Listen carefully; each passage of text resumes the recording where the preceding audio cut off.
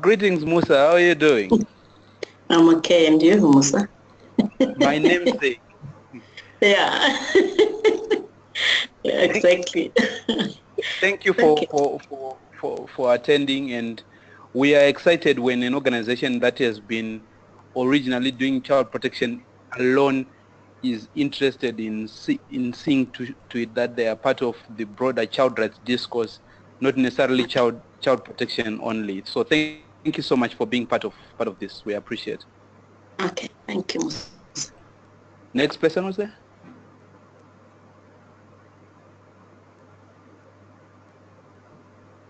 Any other takers? Hello, how are you? Hey, fine, thanks. How are you? How is everybody? Everybody's fine. Who am I talking to? My name is Irene Onyango. All right. Greetings, Irene. How are you? I'm fine. I'm Irene Onyango from the Cradle Children's Foundation. What's the name of the organization? The Cradle Children's Foundation. Ah, yes. I know the Credo from Kenya. Yes, from Kenya. Oh, great, Irene. Thank you so much for being part of this process. I think we've met before, right? We work a lot with the East Africa Child Rights Network. I'm sure that's how you got the invite. Yeah. Yeah, so in the psychosocial department, psychosocial support, Yeah. but my other colleagues were not able to attend because they are in for other meetings, the legal team. So I'm just representing the Cradle. Great. Thank you so much. The Psychosocial Support Department that is interested in the issues of the broader child rights discourse of tax and children's rights. Wow, that's exciting. Any other takers? People want to introduce themselves? Musa. Hello. Hello. Musa. Hello, how are you? Judith!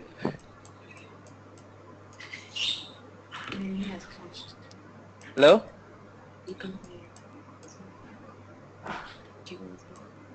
Judith? Hello. Hello, who am I talking to? I just want to say I have another co-worker from SOS Regional. Remember, All we were right. two.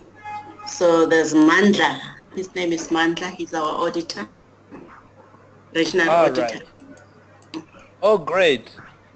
Thank you, Manda, for joining us. You'll be asking us difficult questions, being an auditor, I'm sure, on how we can do this.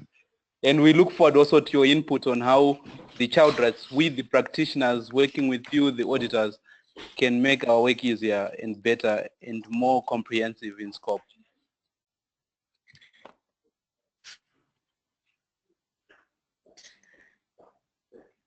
Any other introduction? Hi, Musa. Hello. Hello, how are you? Amanda. On yourself, This is Jared. Amanda from Namibia. Yes, Amanda. How are you doing? How is Namibia? Fine, good weather. Good weather. Currently, I'm in Zimbabwe. It's cold. Oh, no, we've got summer rains and we had a lot, so we should not complain today. Oh, great, great. So thank you so much for joining us from the Namibia National Child Rights Network. We appreciate. Sure. We Thanks for the appreciate it. opportunity. Thank you so much. Any other person? So greetings from Nairobi. Oh, This is great. Jared Maranga from yeah. Jairus. Jared Maranga from Tax Justice. Oh, great. Thank you so much. I think a lot together because like I always say in my presentations, the child rights discourse is converging with other people or other discourses that we're moving parallel so that we do our programming in a comprehensive manner. So we look forward to working with you. I don't think I've met you, but I'm sure we shall be meeting a lot more. Yeah, yeah. Anyone else?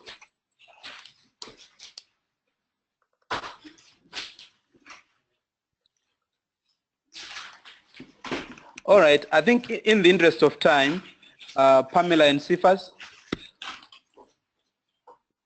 I think we can start. Others can join us as we go. Just to say, for those who are in attendance for the first time, perhaps what we can do is, when you are not speaking, you can mute your mic so that the sounds that will be coming from the background may not interfere with the presentation. So please, if you may mute your mic if you are not the one who is speaking. And I'm sure Cephas will have a way of making sure that you will have your time to make some input.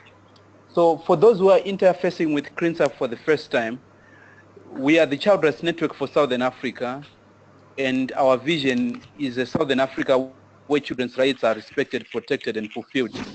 And we are working currently with 10 national child rights networks, and I'm glad some of the networks are already here, such as the Namibia National Child Rights Network, and we are excited. Our mantra is that we're as strong as our national networks. So if our national networks are not able to deliver on their mandate of making sure that advocacy at national level is vibrant and state parties are held accountable, it means that even at regional level will not be able to do much. So we work through and with national child rights networks. And also we are excited to be hosting this. This webinar is a follow-up to the members meeting that we had in Joburg some 2 months ago, where we recognized that there was not ample time for us to deliberate on some of these pertinent issues that are coming up. And hello. So I'm writing a paper which I'm calling Alterity Child Rights. And the issue that we want to address here is that we used to work in child rights issues without interfacing with any other discourse, without interfacing with people that were dealing with issues of tax, issues of corruption, issues of civil liberties, and it's one of those things that we want to address. Please, may you mute your mic? If, I'm not sure who. We're getting a lot of feedback. Pamela? Hello, Pamela?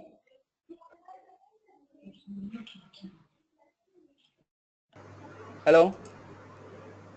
Hello? I think it's better now. Yeah. Oh, it's better, yeah.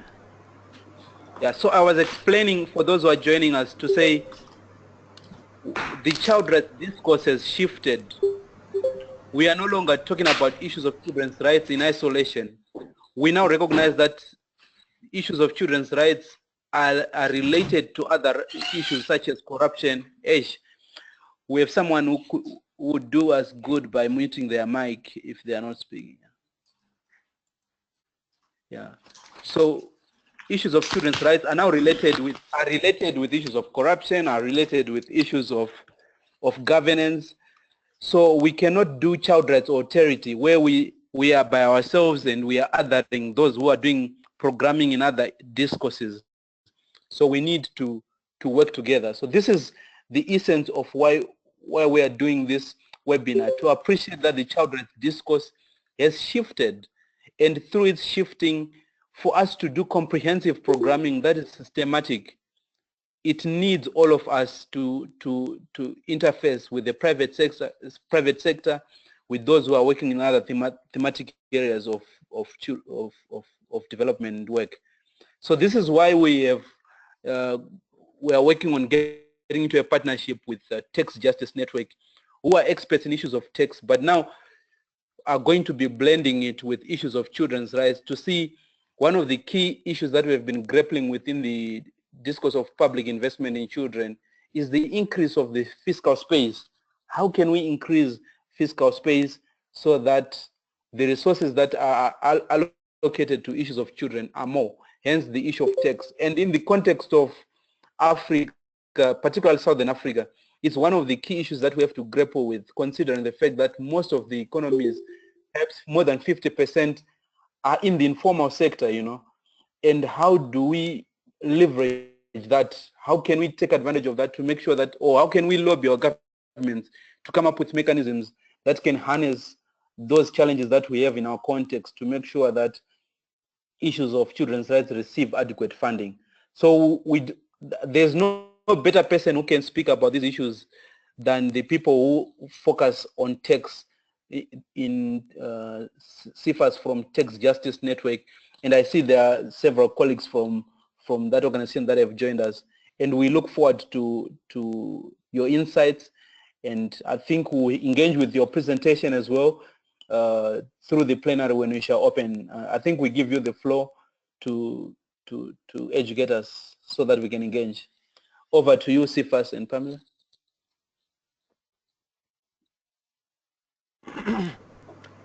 Thanks, Musa. Hello, everyone. Greetings, Cephas. Hi, Yes, Cephas. thank you. Yes, greetings to you. How are you? So I would want to thank Musa and Pamela and the other colleagues in the Child Rights Network in the Southern Africa and East Africa for giving me the chance and the other colleagues the chance to share more on tax and child rights issues. Musa, I agree with you what you have already said in terms of saying that gone are the days when we used to work in silos, because the issues which we are working on are intertwined and are cross-cutting in many dimensions. So to start with, I will introduce myself. I am Cephas Makunike from the Tax Justice Network Africa, which is headquartered in Nairobi, Kenya. I have got a number of my colleagues who are also participating in this webinar. I am the policy lead working on the Tax Justice Network Africa program on tax and inequality. So I will go straight into the presentation. I hope you can see the presentation from wherever you are. Can you confirm? Yes, you can Yes, see I can see the presentation. presentation. Yeah. Okay. So I will proceed to the outline of the presentation. So I will try to be very brief in my presentation such that we will allocate some considerable time to the plenary so that we can be able to discuss further and get to answer some questions and maybe get some feedback and some input as well from colleagues who are present. So the outline of the presentation is more like I will start by an introduction and then an overview of taxation and child rights linkages. And then I will go on the overall goal of tax and child rights work, then the objectives of tax and child rights work, and then I'll go further to talk about the missed taxation opportunities, and then follow up that by talking on the issues to do with the consequences of missed taxation opportunities. And then I also speak on the mechanisms for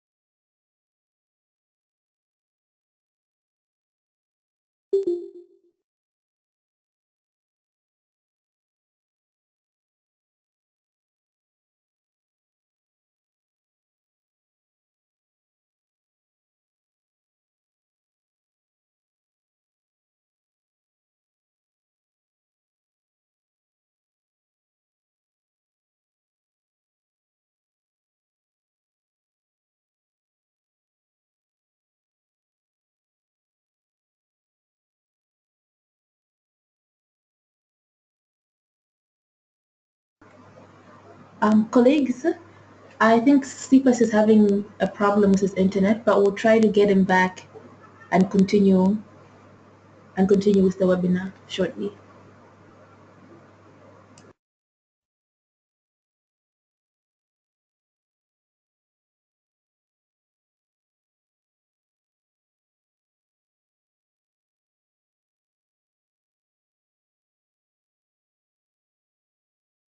Perhaps as we are waiting for Cephas to come back online, may I just do a roll call to find out who else has joined the webinar and which organization that you are coming from? Any takers? Please introduce yourself.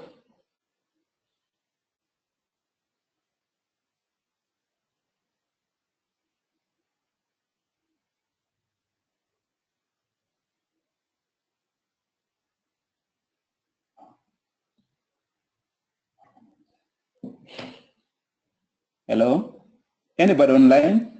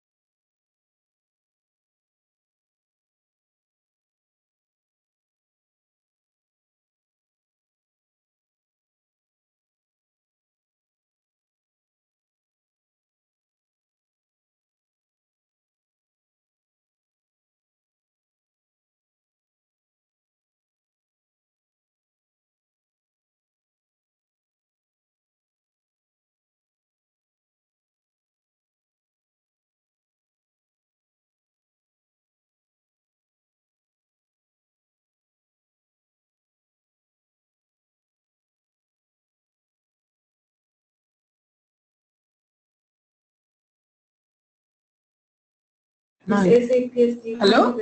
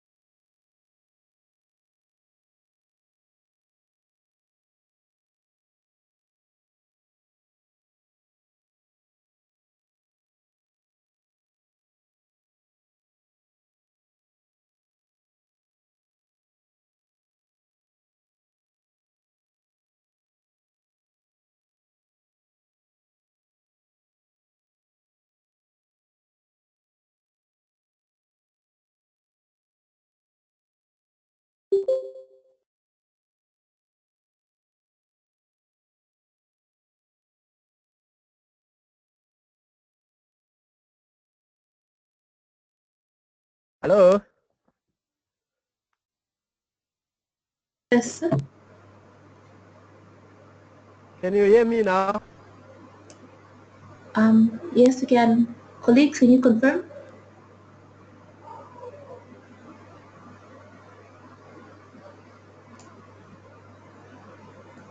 Yes, I believe we can hear you. Okay, sorry for that. When was the last time when you were hearing me?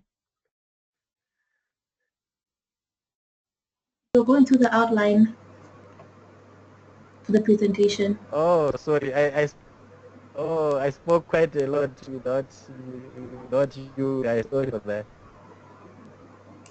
So let me continue from where I left.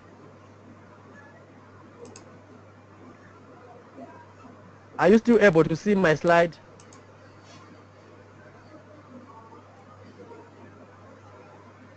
I were able to see your screen, not the slide. You are able to see my screen, not the slide. Yes, it's not loaded. Yes, we can't see your slide. Can you make Pam? Can you help make me the presenter again? I have lost that. Okay.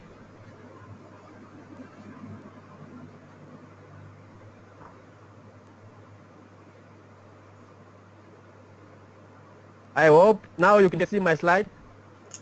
Yes, yes we can. Yes, Okay, thank you. let's sorry for that. So let's proceed to the introduction. I hope you are still with me at this juncture. Yes.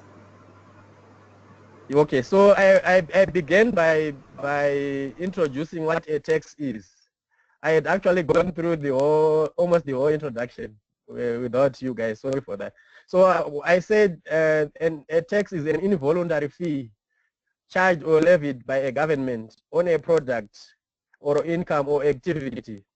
If tax is levied directly on personal or corporate income, then it is a direct tax. And then if tax is levied on the price of a good or service, then it is called an indirect tax. And then I said the main purpose of taxation is to finance government expenditure. But then as I will be proceeding, you realize that there are other roles, very important roles of taxation besides government expenditure. But then one of the biggest links between tax and children's rights is concerned with the capability of a government to finance child rights sectors. So you could already begin seeing some linkages between tax and children's rights and welfare issues. So there are two main types of taxes, which are direct taxes and indirect taxes. And direct taxes are basically taxes on income. For example, pay as you earn, corporate taxes, and capital gains taxes. And then indirect taxes are basically taxes on consumption. For example, value-added tax, customs duties, and excise duties. Are you still with me? Hello? Yes, we are. Okay, thanks. And then we proceed to talk about the examples of taxes. Examples of taxes, I will start with direct taxes. I think I've already given you pay as you earn, corporate taxes and capital gains taxes, and then the indirect taxes, value-added taxes, or sales taxes, customs duties, and excise duties. But then one important thing which you should take note of at the moment, from the start, is that indirect taxes are actually borne more. The burden is actually borne more by those who earn very minimum income or the poor people, because those who earn low incomes or poor people actually spend much of their income on consumption. And then you would find that most of our countries do not have capital gains tax or property taxes. And this, as a result, actually excludes the rich people from the tax system. So that's one of the issues which most of our African countries are grappling with. And then what are the characteristics, effects of the taxes in a country? I think you can begin asking yourself to say, in your country where you are, what are the issues which you see in terms of the mix of direct taxes and indirect taxes? Are the direct taxes capable of capturing income from the rich, or they are not? What about the indirect taxes? What is their impact on the poor people or those who are earning less? And then you then go to ask a question to say, what are child rights? And what are the examples of children rights? And then you'd also maybe ask a question to say, what are the examples of international commitments ratified by African governments in relation to child rights? I think when you start to answer those questions, you already start to see issues of economic, social, and cultural rights.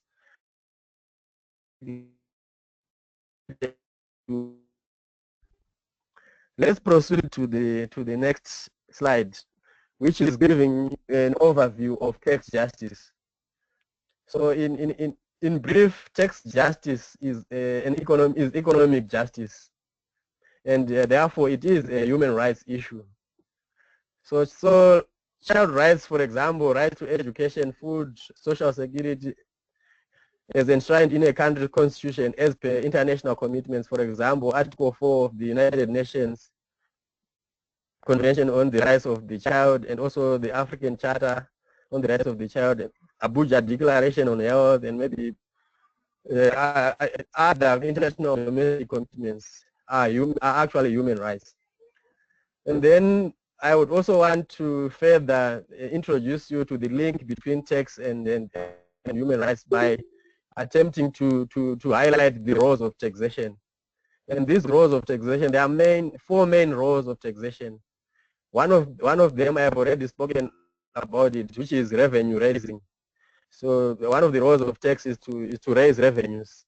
And then the other role is to redistribute income from the rich to the poor. So I was talking earlier on about indirect taxes and direct taxes, and I was saying some of our countries are using they're actually raising their domestic taxes more from indirect taxes and not from direct taxes. And this has a consequence of not fulfilling one of the roles of taxation, which is to redistribute income from the rich people to the poor people. And then the other R is to do with representation. I think this is one of the very fundamental roles which taxation plays in terms of bringing the government or members of parliament or political representatives to account. For example, representation in terms of people saying, citizens saying, using tax to say we are paying taxes, and for the taxes which we are paying, we expect expenditure on public services, basic public services, for example. So citizens can actually use taxation to actually call for the government to finance basic public services in a manner which they do expect for their welfare to be catered for. And then the other role of taxation is repricing. So when you talk about repricing, is to do with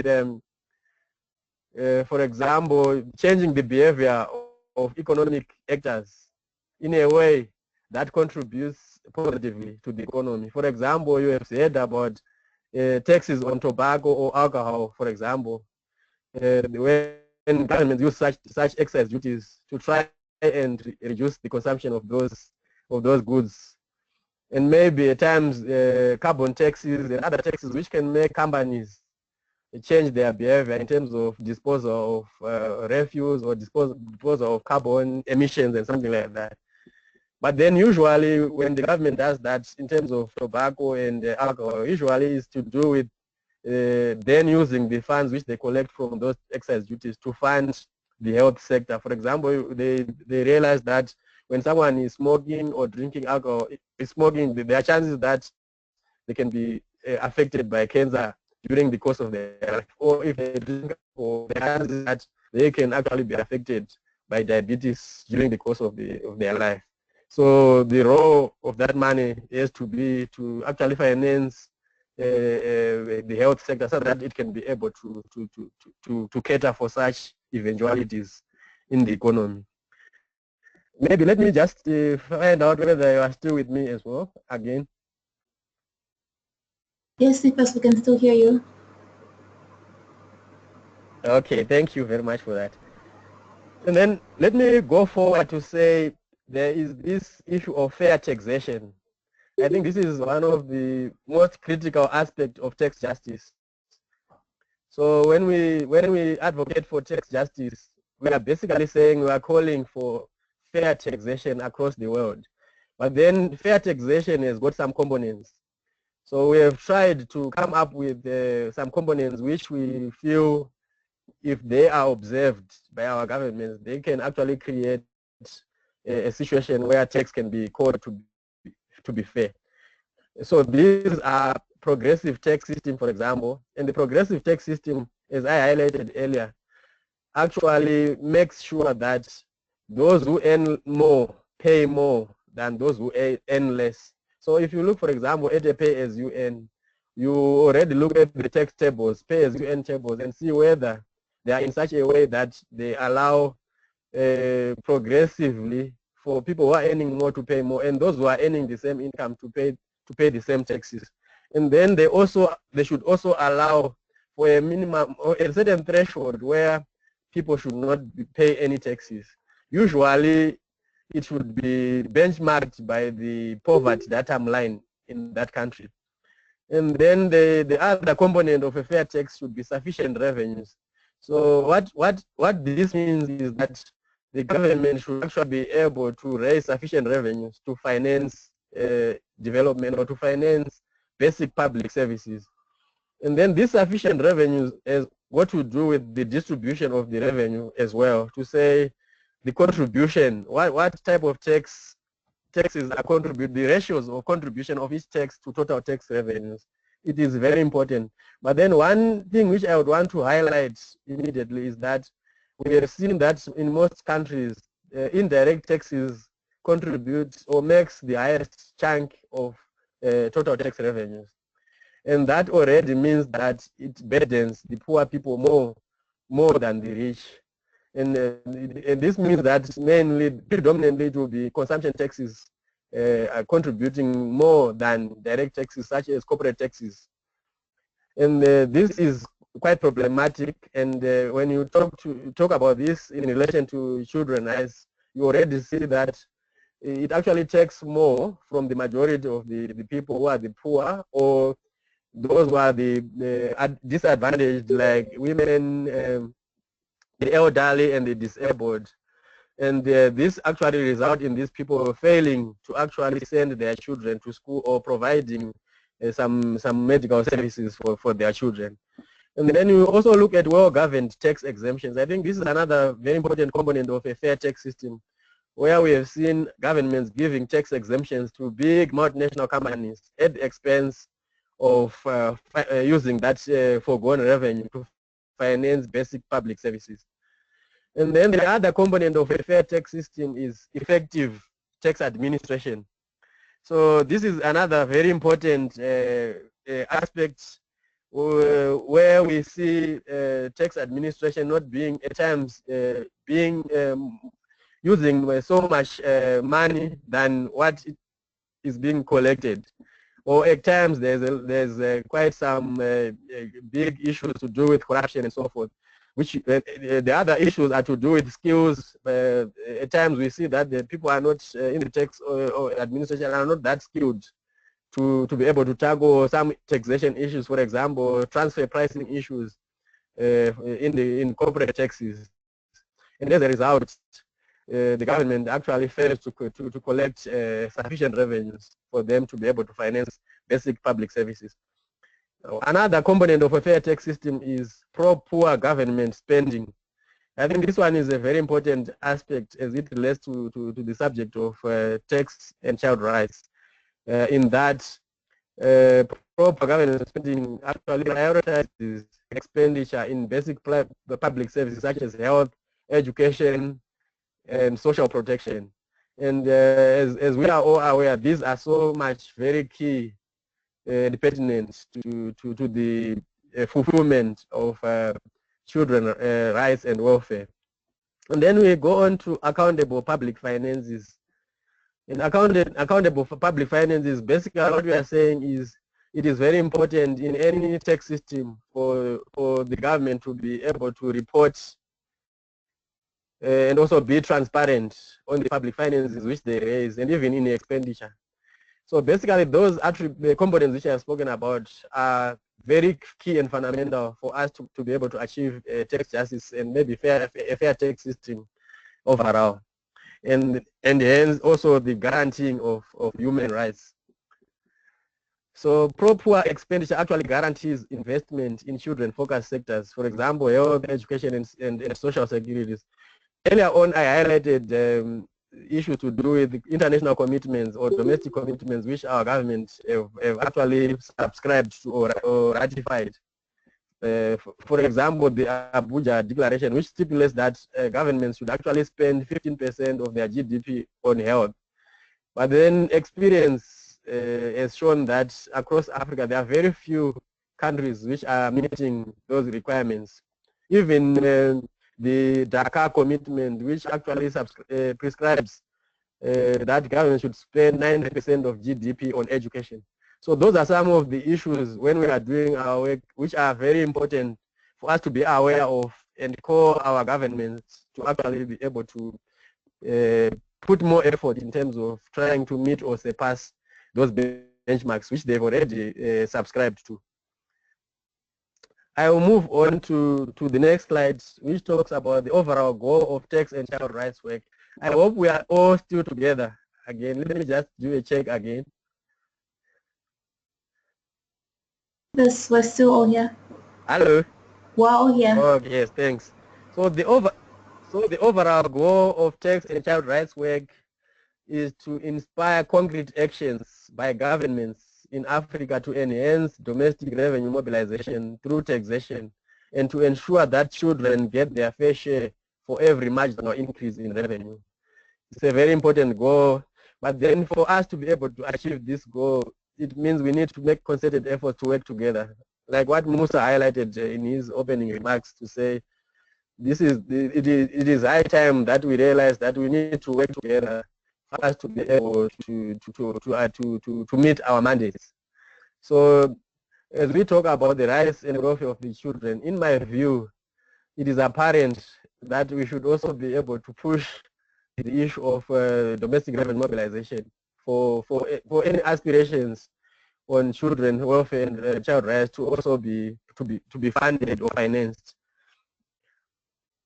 Then we go on to the objectives of tax and child rights work. I've got 4 basic issues in terms of objectives. I think some of the issues have to do with raising awareness. One of the key issues which I think is very important from my experience and the work which I have been doing is that there is limited awareness in terms of the links between tax and children rights issues amongst a lot of our colleagues and citizens across African countries, such that our governments have not actually gotten enough pressure for them to actually spend in a very proper manner. So I think we should actually be the ambassadors of the awareness raising work in terms of trying to really simplify the tax and the child rights linkages to the ordinary citizens, so that at least that's the movement for governments to actually prioritize expenditure on basic services can actually be achieved. And in so doing, we will see that it will go a long way in contributing to the rights and welfare, achieving or fulfillment of the rights and welfare of the children. And then capacity building is one of the objectives where we are saying, as we are sitting today, we are trying to build capacity amongst ourselves. But then at the same time, we are saying there are so many other colleagues of ours and networks who are not part of this discussion. And then it is our role going forward to make sure that as we also work and network with our colleagues, we make sure that we also try and build their capacity in terms of the linkages which exist between tax and children rights issues. And then research and analysis to inform advocacy. I think this is another fundamental aspect which we should also consider, to say we should do more research to come up with some very nice statistics, tax statistics and tax indicators which can help us to analyze and also push advocacy on tax and child rights issues. And then advocacy for more investment in children. I think once we have done the research analysis to inform advocacy, and also once we have also done capacity building and raised much awareness, we will be in a position to do good advocacy for more investment in children by our government, since they will realize that citizens are actually calling for them to make sure that they meet what they're committed to do. And then let me move also to another step where I would want to also talk about a very important aspect in taxation, which has to do with the missed taxation opportunities. What I mean here is to say there are so many events which happen in a country or during tax administration, which actually result in losses of potential tax revenues. Either it could be tax loopholes, it could be weak administration, or it could be other international mechanisms which actually result in our governments failing to raise sufficient revenues. And one of the major issues which has raised a lot of alarm in Africa and even worldwide has to do with illicit financial flows. I guess some of you, or not, if not all of us, we have heard about or even read the high-level panel report on illicit financial flows, which was produced in 2015 by a high-level panel which was chaired by the former South African President, Honorable Thabo Mbeki. This panel actually produced a report on, and the figures which they actually reported are shocking. And these were actually conservative figures, which actually say that about $50 billion is being lost through illicit financial flows from Africa every year. And if all of us, if we try to think about what $50 billion could do across our countries, we have got 54 countries in Africa. Say, let's say if each country would get 1 billion of that money each year, it could go a very long way in financing some of our health priorities and education. And I also think in most of our countries, it would even surpass both our education and health budgets for a year. So the illicit financial flows issue is a very, very topical issue and important issue, which is happening across the world. And these illicit financial flows are composed of trade mispricing, human and drug trafficking, and corruption. But the biggest component of the illicit financial flows is that on commercial transactions, mainly trade mispricing by multinational companies. And this is contributing approximately 65% to illicit financial flows, while human and drug trafficking and corruption are actually contributing 35%. So it is apparent that the 65% which is contributed by trade mispricing actually affects the tax system in a very big way. Because what we are saying is that trade mispricing has to do with using transfer pricing to actually reduce, by multinational companies, to reduce the profits in the countries in which they are operating so that they can actually pay very minimum taxes. So what we are actually doing is that we are, Tax Justice Network Africa and other institutions are actually continuing the work from 2015 from the report. We are actually pushing for our countries to domesticate the recommendations of the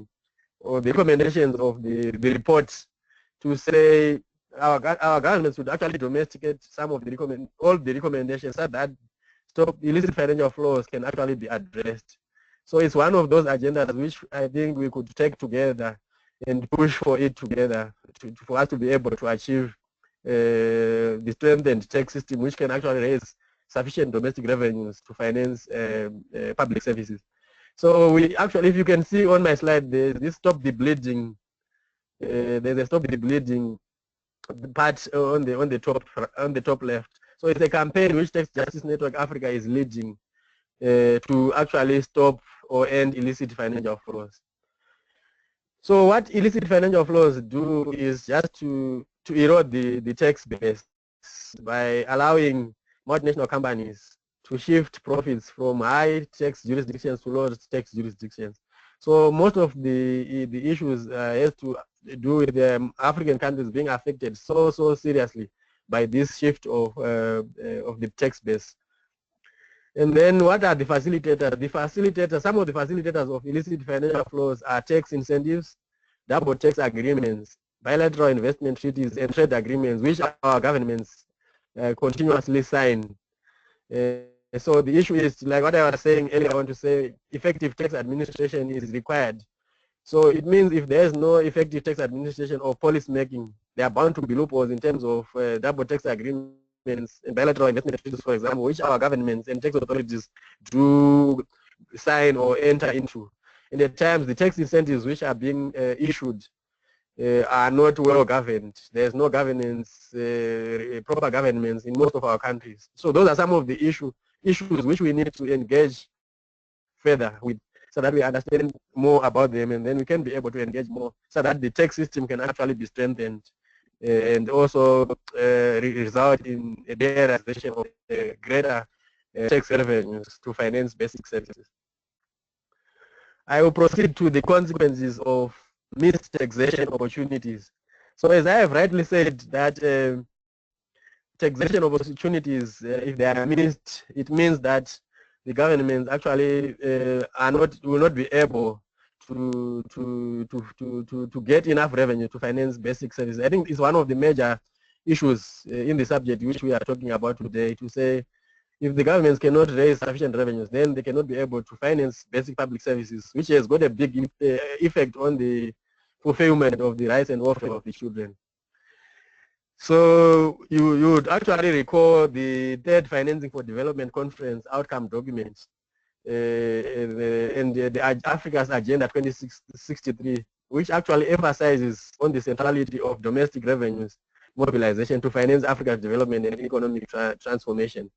So if government is limited, has a limited capacity to invest in children-focused sectors, it then results in the welfare of the children and the rights of the children not being fulfilled in most cases.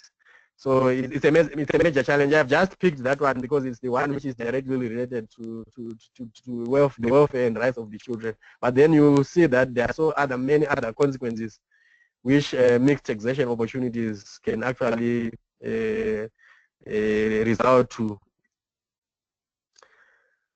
And then what are the mechanisms for increasing fiscal space? So there are a number of mechanisms of increasing fiscal space. But then I think what is important for us to understand is to know the principles of a good tax system.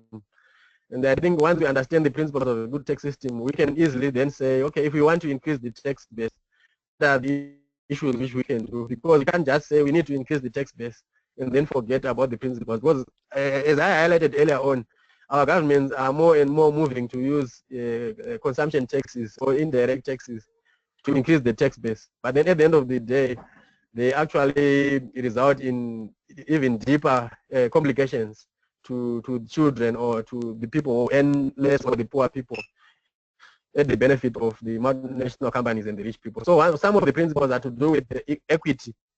So equality based on the bearing of the burden from the tax. Some of them have to do with the economy. The cost of collecting taxes should be low. And the other one, very important one, is productivity. So productivity has to do with the tax should yield adequate amount of revenue to the government so that it can perform its welfare and developmental activities sufficiently. And then another important one is elasticity, which has to do with the tax system should not be rigid. It should respond positively to the increase or decrease in national income or output as measured by the GDP. So we have often seen that most of our countries have got an extractive sector or mineral mining sector, but we have seen that at times when the mining sector does very well, it does not also result in increased taxes, for example. So those are some of the issues which we are saying to say, once the economy is performing very well, we should also see it in terms of the response in taxation. Then the issue of diversity, I think the issue of using a variety of taxes. So I have seen that in most of our countries have tended to depend mainly on a very limited number of taxes. For example, value-added tax and pay-as-you-earn and corporate taxes. And then most of our countries have left out wealth taxes or property taxes, where they can actually be able to generate sufficient revenues. Because we see a lot of real estate sectors in some of our countries booming, but then we don't see the tax system having capital gains tax or property taxes to capture such revenues or such boom from that sector. And then I asked the question to say any success stories or opportunities which we have ahead. So I think one of the biggest issues which I have to highlight, which also links with Musa's assertion earlier on to say is the right time for us to work together, for us to be able to achieve our mandate. So in the past, we have realized that there's a change of perception from the past where the Bretton Woods institutions, that's the IMF and World Bank, for example, used to use the growth indicators, just for example, the GDP as a main tool to assess development.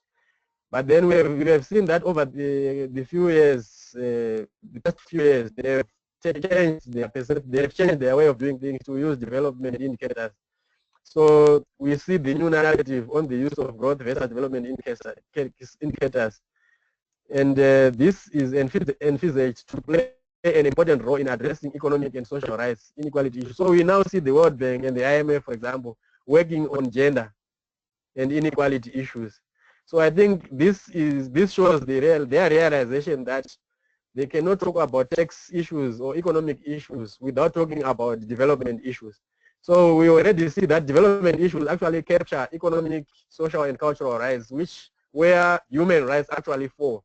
So it is very important for us actually at this juncture to participate in this moment, because we see the international institutions which drive most of our government policies realizing the importance of including development indicators or economic and social and cultural indicators in their work. So it is the best time for us to actually pick up that work and mix it with our work, so that at least we can be able to achieve our agenda. In conclusion, I would want to say we should actually, if we find time, we should also further read our 2017 Tax and Child Rights Guide, which was jointly produced by Tax Justice Network Africa and Save the Children. So areas which are covered by the Tax and Child Rights Guide include simplified tax glossary, simplistic tax and child rights definitions, classical and key concepts in taxation, the link between tax and child rights, advocacy opportunities related to tax and child rights. I think it's very important to look at those issues, because it has been highlighted in most places where we move and discuss with people to say tax has actually been regarded as a very technical subject. But in my view, I think if we begin to engage with it and, in a very simplified manner, in the way which we are trying to do, it will help us to actually include it and actually reprofile it in our work. You can actually also visit our Fair Tax Monitor work on the website, which is actually shown on my slide. It actually talks more about those fair tax components which I talked about earlier in more detail.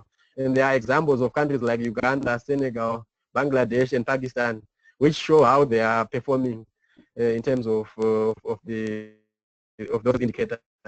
So in a nutshell, I would want to say thank you for listening. And I would want maybe to open for some discussions and some comments. Maybe I will hand it over to Musa to take it up from there.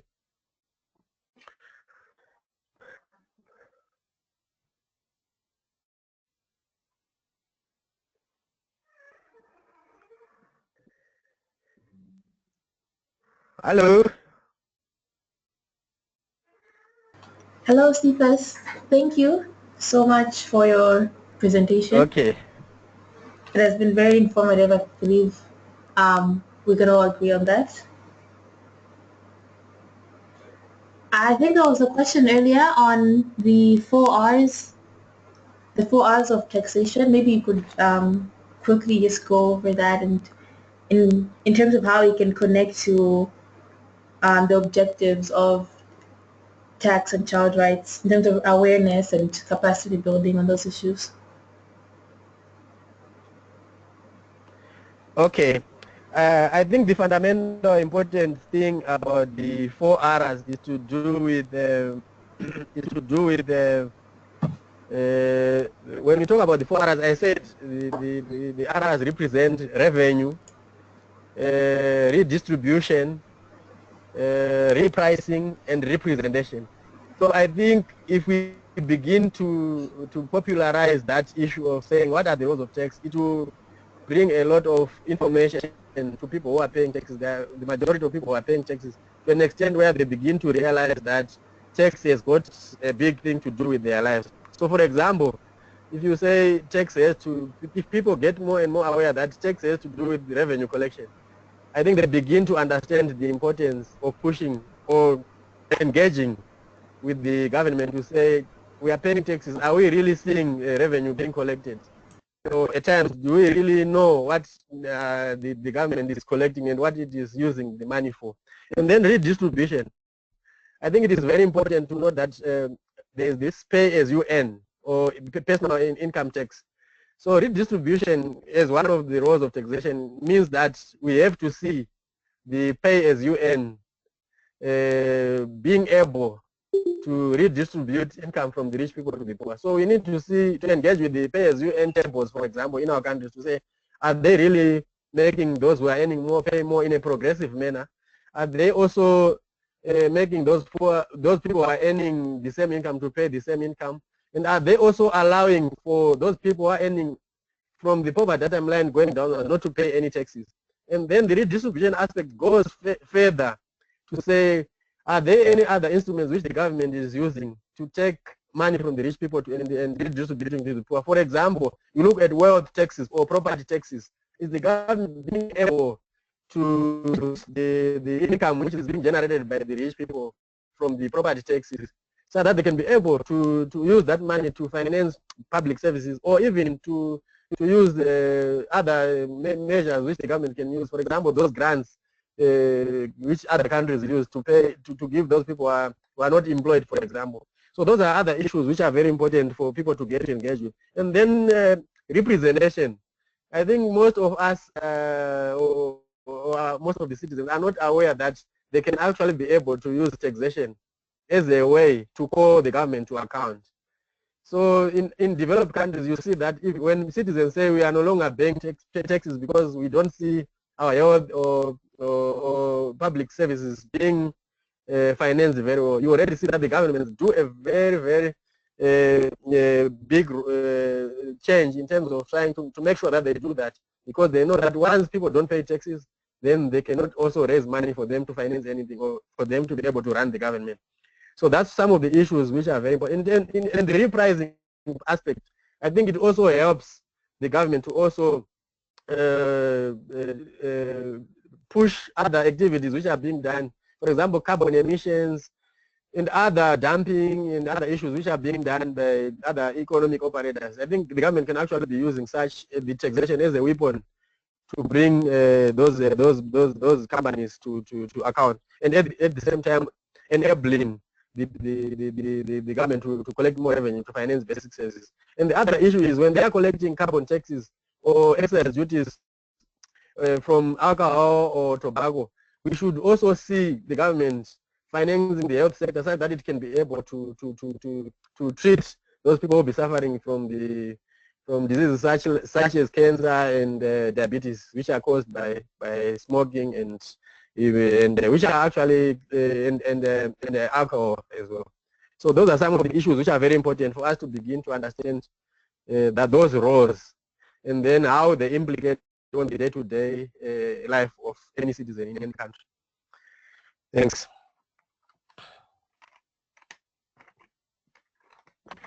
Back to you, Pamela. Are there any other questions which we can take or comments? Colleagues, does anyone else have any other questions that they'd like to ask Cephas?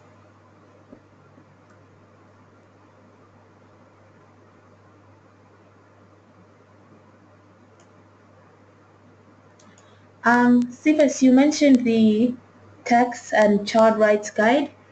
Where will we be able to find the document?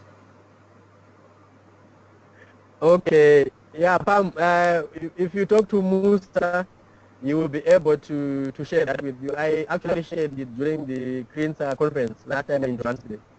I shared it with Musa. So I guess if you liaise with him, you can be able to also share it with the colleagues who are present today, and even to other colleagues who are not present today.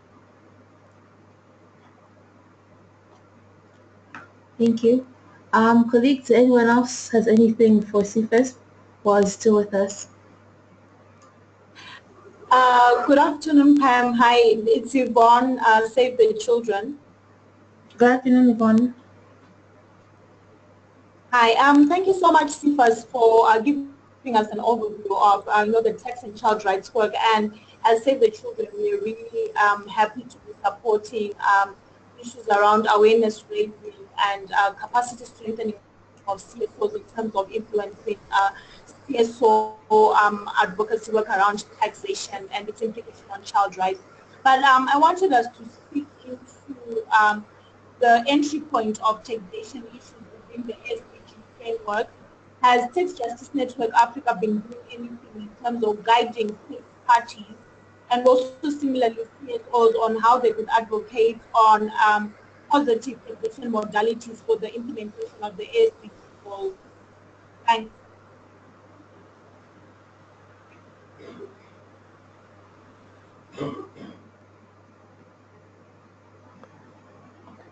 Hello. Hello, Cephas. Did you catch your question? Yes, Yvonne, hi Yvonne, can you come again on the last part of your question?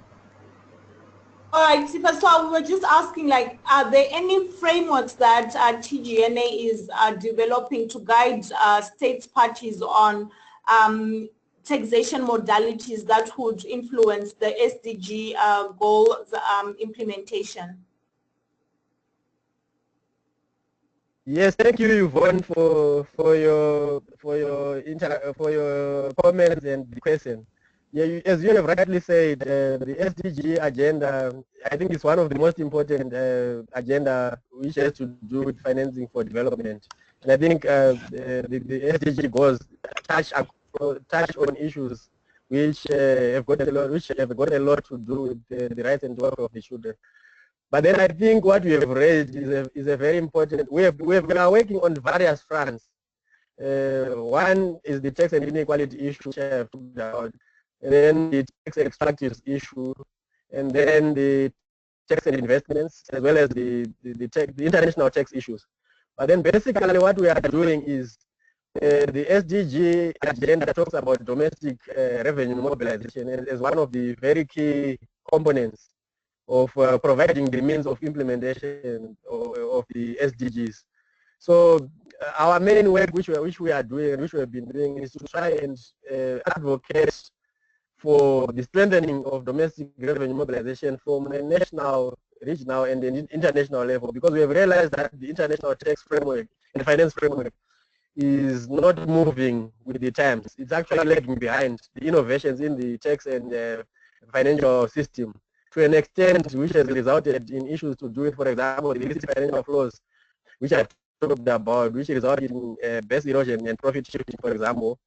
And also some opacities which have resulted in the tax system and the international finance system not being that transparent. So all those weaknesses, to mention a few, have resulted in our governments having very limited capacity in terms of raising domestic revenue mobilization. But I think it will be very important to take up your point which you have raised, is to say, how can we track the issues which are raised in the Addis Ababa Action Agenda, and maybe even also track the challenges and also the arising issues which will help us track to say how are we doing in terms of mobilizing domestic revenue or revenues to actually target the financing of specific goals which actually led to our work. I think that tracking part we could do together. We could come up with something to say, how should we develop a tool for us to be able to track the SDGs in terms of how can we be able to track and say, are we doing it right? Where are we losing it? What are the upcoming issues for us to be able to provide a means of implementation, to support the means of implementation of the SDGs. That's my view on that. But then what we have been doing basically as State Justice Network Africa is to actually move very strongly in terms of issues to do with strengthening the raising of domestic revenue mobilization, whilst at the same time looking at the related inequality issues which can result from taxation. So in as far as governments will be trying to mobilize those revenues. So to do with the fulfillment of economic, social, and cultural rights, for example. But I think the actual tracking work on SDGs, I think it's one of those fundamental issues which I agree to say maybe we should actually be able to come up with a tool together to say this is the tool which we want, and these are the goals which we need to track and see how we can contribute to the means of implementation of the SDGs.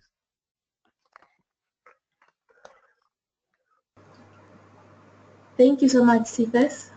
There's a question from a colleague on how have you been able to advocate for child rights taxation with corruption as a major issue in most African nations?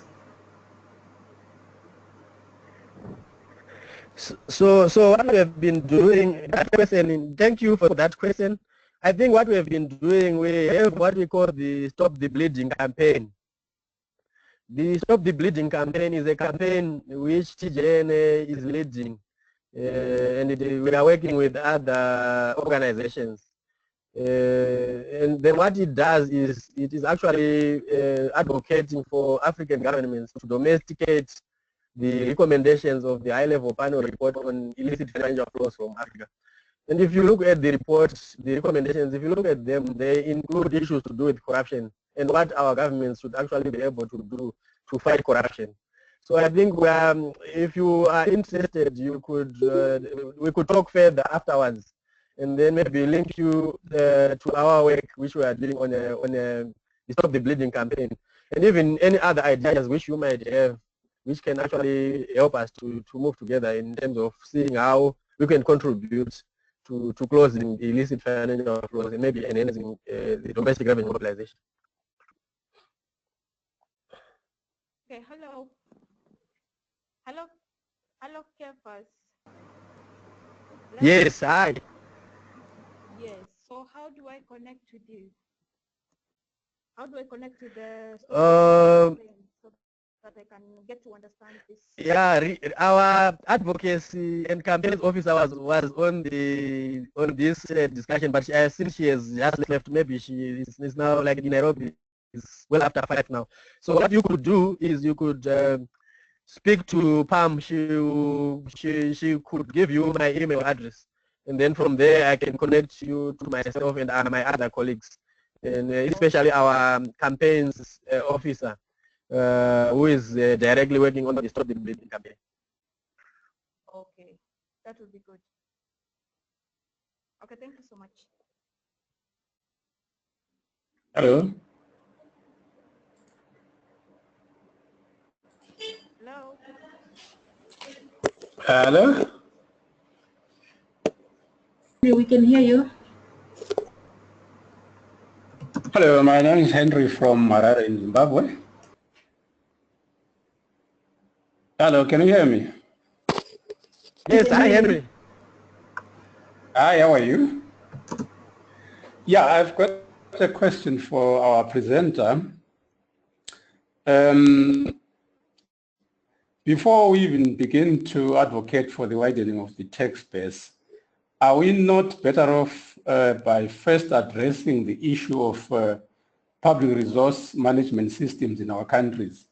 Because my fear is that we may widen the tax base and get more resources into the fiscus, but those resources might disappear into thin air without benefiting the children that we are advocating for.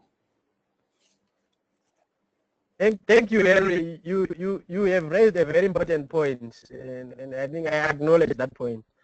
But then I think what is important is for us to work on both ends, because the tax system has got two sides. The fiscal system has got two sides. It has got the revenue side as well as the expenditure side.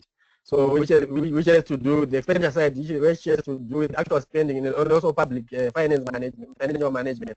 But then I think there are two sides of the same coin, which we need to engage both at the same time. But I think we need to come up with a strategy to say, okay, which are the issues of priority depending on countries. You see that with the experience, some countries at the moment some people would want to prioritize the strengthening of the revenue or the tax base, whilst other people might think that in our country, I think the most pertinent issue at the moment is about strengthening the public finance management issue. So I think in as much as you have raised a very pertinent point, I think we need to really think about it to say, what strategy should we employ when we need really to really encounter this, and maybe with specific country contexts, what is which are the low-hanging fruits, or which are the most critical issues which have to be dealt with? Is it the tax, the mobilization side, or the expenditure side? But then at the same time, we should not neglect any of the sides for us to be able to accomplish the goal which we need to accomplish. That's my response, which I can give to that.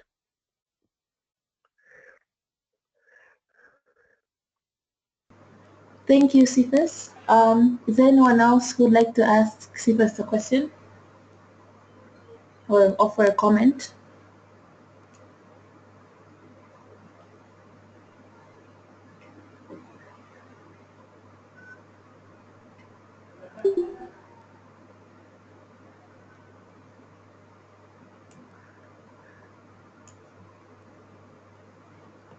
Okay, I think if there's no one else who has a question, then we can conclude.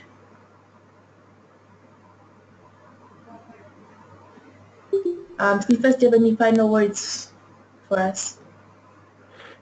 Yes, I think my final words are to say, yes, today we have had this discussion, but I still feel that it's not a one-day or once-off discussion. I think we need to find ways of getting this discussion to continue, and maybe finding means of building capacity or working together on advocacy and other work areas.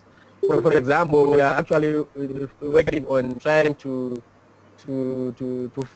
follow the commitments which have actually been made by our governments in terms of sort of a desk study to try and follow the commitments, and even look at the reports which the countries are giving to the, for example, to the African Committee of Experts on the rights and the welfare of children, and even look at the agenda 2040 for children, the agenda for children 2040, and see the pertinent issues which are there, and maybe begin to speak and analyze those issues so that at least we can have some advocacy or policy analysis issues related to those things. So what I can say is that I think we need to move this discussion and agenda further, and not make it a once-off discussion and then we forget about it.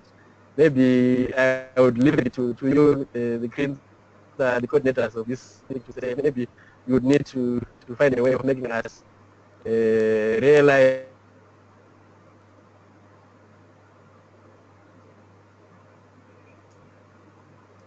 Hello, Cephas?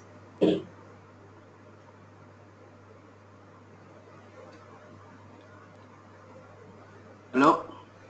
Yes, sorry, I can hear you now. Go on.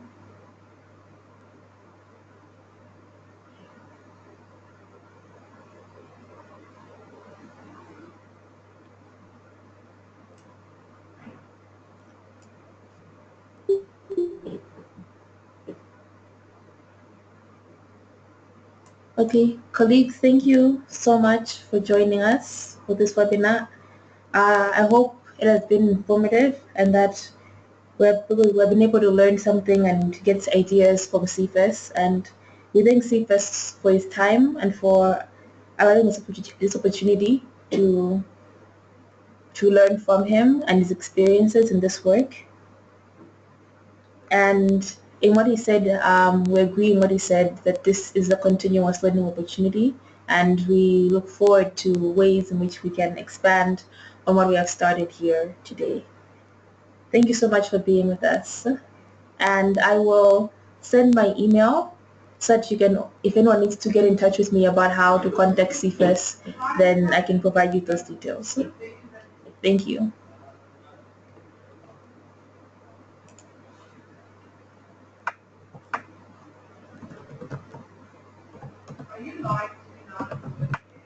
Thanks, Pamela.